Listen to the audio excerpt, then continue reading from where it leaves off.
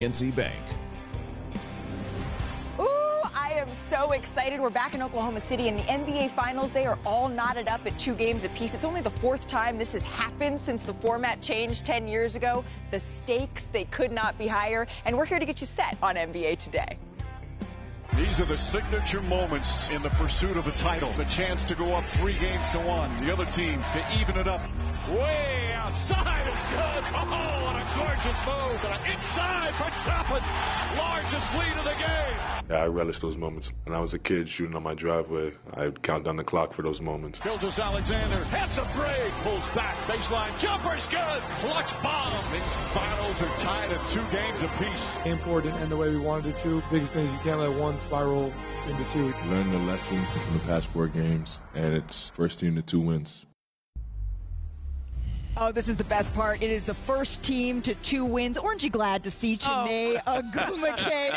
Our senior writer, Brian Windhorst, our Hall of Famer, Mark Spears, joining us on this fine Monday. And let's set game 2 aside, maybe. We're just going to forget about that part. The rest of this series, it has been awesome. Forget about hoop heads. This is for sports fans, this series right here. Let's just take a look at how we got to this moment because it has been excellent. The Pacers, they went up 2-1 in the series despite leading for just over 20 minutes. Through 3 games. That's after stealing game 1 on Haliburton's winner and taking game 3 thanks to a bench-dominant performance and then another fourth quarter comeback. If game 3 was wearing down SGA, then game 4 was preserving SGA. OKC did just that. He had 15 points in the final 5 minutes and 35 in the game to tie the series up. He became the 4th player to score 30 in 3 of his first 4 career finals games all time. And that brings us to tonight. Game 5, the winner of a series tied 2-2 has gone on to win the series 74% of the time in the finals. Here was SGA yesterday at media availability. It's harder to win the way we played last game over the course of time. And we got to correct that if we want to come out on top. We're grateful, thankful. We did enough to get a win, but we're not trying to rely on the way we played last game. We need to be better, and we're going to be better. You don't really get the right to flush games. You got to learn from everything and watch the film and see where you can get better in every area. So, game 4 didn't end the way we wanted it to, but the biggest thing is you can't let one spiral into 2. You can't take the disappointment of that game and let it be a snowball effect. Brian, I think we maybe came into this series, and I don't want to speak for everybody, thinking that there was a gap between these two teams. I did. And then what did we learn in game 4? I really thought the team that would win game 4, I would be sitting here saying they're going to win the series. Yeah. I can't say that because I really think they're really, really tight. These 2 teams are really, really close, and this city is on edge. These teams are on edge. Despite coming back with home court advantage, they don't feel super overconfident because they know how good the Pacers are. When I talk to people from the Thunder, they compliment the Pacers. When I look at the Pacers, I tell you that they have not lost back-to-back games since early March. That's over 40 games. That's half a season. Wow. And, I can't say enough about how these 2 teams have proven to be dead even so far. So I really don't know how the series is going to go, and that's my ultimate compliment that I can play. And I really think coming into tonight's game, it's going to be about who can manage fatigue. This series has been about managing fatigue. It was the Pacers who won the energy game in game 3. That's how they got ahead. Shai Gilgeous-Alexander and the Thunder won the energy game in game 4. Look at how they reduced his minutes in the first quarter. They reduced how much times he brought up the ball up the court. Strategy, fatigue, nerves, everything hinges on, individual baskets. This is what, if you're a sports fan, if you're a basketball fan, this is exactly the kind of finals you dream about. I'm apologize to his dad because I'm changing his name to SG Amazing. He's been amazing the whole playoffs, especially in the fourth quarter. He reminds me of baseball closer in some of these games. 15 of the last 16 points, come on. Yeah.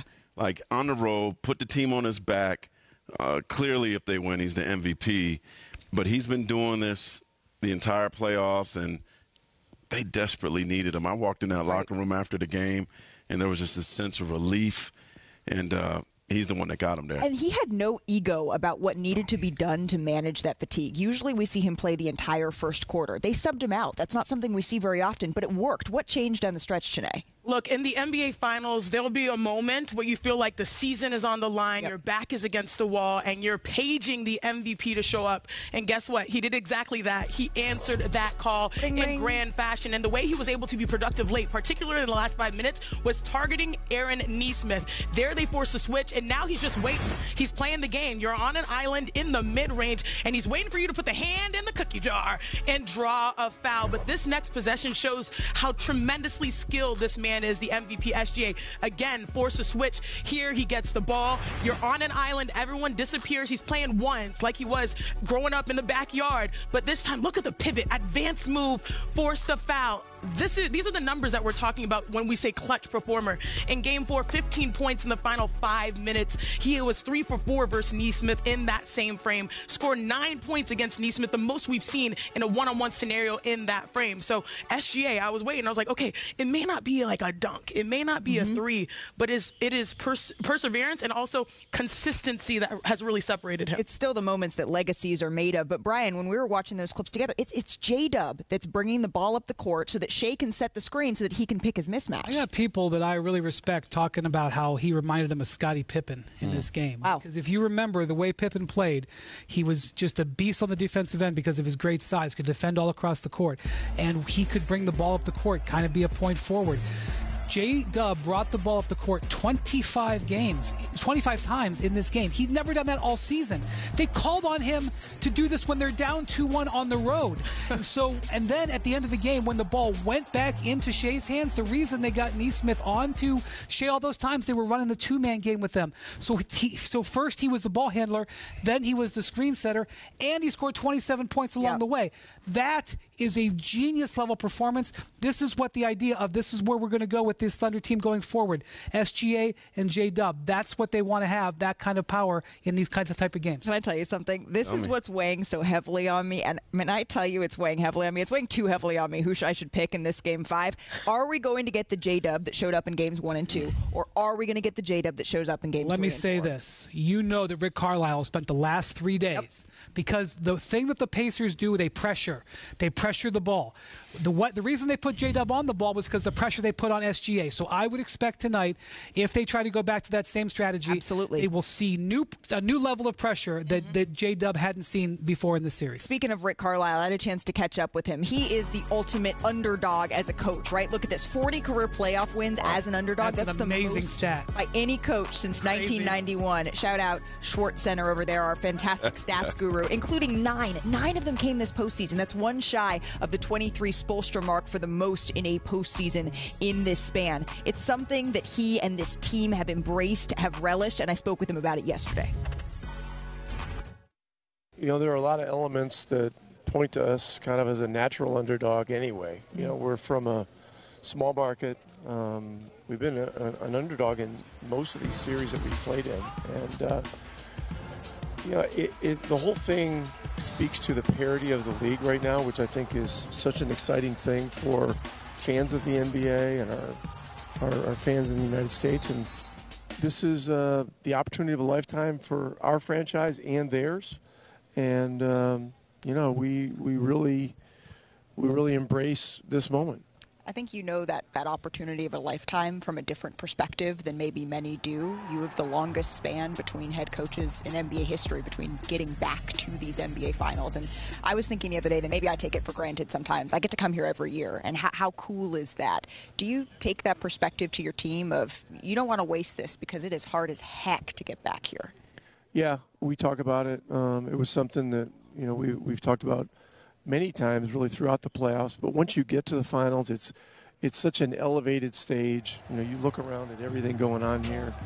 Now you've got meet in your practice for 30 minutes, and you know, the stakes are very high.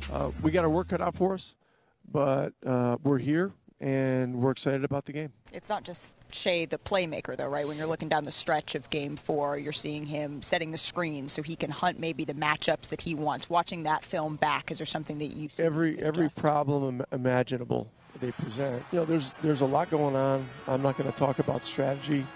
That would be foolish. But I appreciate the effort that you're making there. Well, thank you. But, you know, a lot of these games and a lot of these series come down to the basics. Tyrese Haliburton, shortly after he got to this team, you said, I don't want to call plays anymore. You do it, essentially. Is this what you envision for him, an all-NBA point guard on this stage in the finals? Yeah, I mean, that was the goal and that was the dream. And, you know, a lot has happened. It's been 3.5 years since the trade. A lot of growth has happened as we built the roster, and then we're able to acquire Pascal Siakam. It put us in a different position, and so, you know, here we are. And so proud of Tyrese. You know, he's such an authentic, humble person, you know, at the core. He's so accountable for, you know, what he does on the floor as a leader. And when things don't go well, he's always the first one to say, hey, I got to be better. I'm going to be better. And he always figures it out. And, you know, going into Game 5, we've got to be better in some areas as a team as well. I always appreciate the time from Rick Carlisle. We had to condense that a little bit for time because he is our friend that is long-winded. But I swear at one point in that interview he turned to me and said, preach, sis. And I did not have that on my Rick Carlisle bingo card. All right, Mark Spears, in Game 4, they took an L. How do they bounce back? Well, Rick Carlisle is also a good piano player, so I think he's going to push them to play a new tune. They got to be really process-oriented, improving the margins, rebounding, possessions. If they rebound, it keeps OKC from running, right? And it allows them to run. And they got to keep OKC off the free throw line. That helps their running as well. I think the thing they know is they got to win 2 games here. Tonight's a big night. This is a scary night for them. This could be the series for them. But I think they'll bounce back. I have a question, Malika. Did you ever mention Tricky Ricky as Rick Carlisle's nickname? I forgot to ask him about how he feels about Tricky Ricky. Because he's got a trick up his sleeve anytime his team is an underdog, and it's been successful. And I love that he mentioned Pascal Siakam because we talked about, you know, SGA feasting off of mismatches. Pascal has actually scored. He's 7 for 11 on SGA. So offensively, he has some opportunities considering that he's 6'8" and has a tremendous skill set with size out of most players on the floor. And people sort of sleep on that stat line. What, 28, 5, and 5? He had 5 steals in Game 4. So, yeah, overall, don't sleep on Pascal being that secondary ball handler that can score. Normally, I would call this a novelty statistic and kind of not pay attention to it, but I've now seen 20 playoff games, and there's something about the number 111. When the Pacers score 111 points, actually 110, I think it's 111, whatever, 110. 14-0, 0-6 without. 20 games. That's a significant piece of a season. And I think what it encapsulates is what it takes for them to get to that number. That means winning the turnover battle. That means getting offensive rebounds. That means getting out in transition. So if you watch tonight, are they on pace to get 110? Are they on pace to get 109? That'll be tough. That's the thing. Like in Game 4, they had 35 points in the first quarter. They were on pace. Then they slowed down. Guess what? Thunder scored 111 in Game 4. Had they gotten to 111, they would have been in overtime at the least. So if 1 is the loneliest number, 111 is the magic number here for the Indiana Pacers. All right, we got a lot to get to in this show ahead of Game 5, including the WNBA. Did Caitlin Clark just prove to the world that she could lead this Beaver team to a title? Well, I was going to say Sinead's ready to make a big proclamation. Oh, my bad. I feel like the streets know already. And could Desmond Bane, could that trade have ripple effects through the rest of the league? Shams is here detailing what could be next for Ja Morant.